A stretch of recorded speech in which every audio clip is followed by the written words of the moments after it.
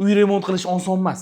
Shuning uchun qimmat narsani ham hamma xarid qilavermaydi. Lekin men qimmat narsani arzonlashtirgan holda ko'rsam nima deyapti? Hammasi italyanskiy mahsulot ekan, lekin Xitoyda sborka bo'lar ekan. Shu hammasini 30% skidkada Instagram orqali kelgan insonlar uchun gaplashib ko'ndirib qo'ydim. O'zi 15% ekan, siz 30% skidkada xarid qilasiz. O'zingiz uchun kerakli bo'ladigan mahsulotlarni do'kon kelib tanlab olsangiz bo'ladi. Hammasi mana nomimdan kelganlar uchun 30% skidka. Hammasi noodatiy, dizaynlarni yorib olishgan. Uyingizga любой tushiradi. Kelasiz, ko'ngilingizga yoqadigan mahsulot javob beraman, topib keta olasiz. Men sizlarga yomon narsa ko'rsatmaganman, o'zingiz uchun ko'rishingiz mumkin. Undan tashqari yana nima kerak deylar?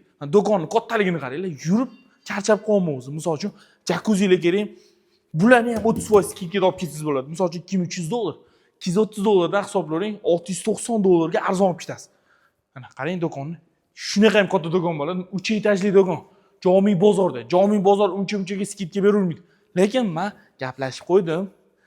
Sizlarga ma'lumot berib ketaman. Jomiy bozor kelasizlar, shu do'kondan mahsulotlar xarid qilasizlar, 30% skidka olsanglar bo'ladi. Video tagida nomer yozib qoldiraman. Aloqaga chiqib, lokatsiya, ma'lumot hammasini so'rab olsanglar bo'ladi.